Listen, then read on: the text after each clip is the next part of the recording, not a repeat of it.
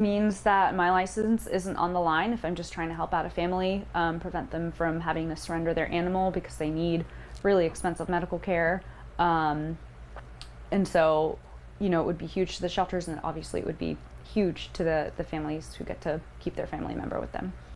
Another bill introduced would give animal shelters across the state the ability to provide care for pets after they have been adopted. Our Sam Stark sat down with the Texas representative behind the bill to give us some insight. Can you just start off by telling me a little bit about its HB 3439 and Senate Bill 1673? How would they change how animal shelters are able to operate? Well, currently it's illegal for animal shelters to provide care after they have left the shelter or been spayed or neutered.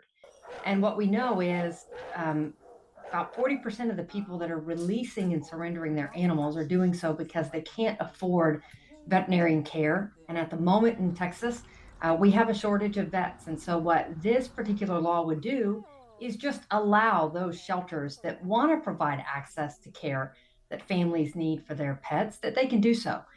There's a great need at the moment, and we want to be able to keep families with their pets. We probably most of us can think about the animals that we grew up with and that important relationship. I understand that Texas is the only state that doesn't allow for animal shelters to provide this kind of care. Why has Texas sort of lagged behind other states?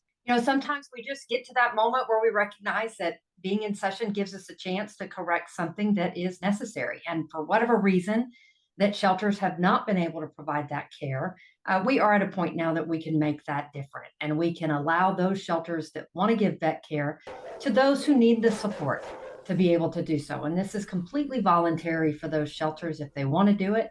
It's not going to impact our private vet practice. But we do know that it is time to make this change because there is a significant need. We see it both in our cities. We also see it in our rural communities where families are having to surrender their pet.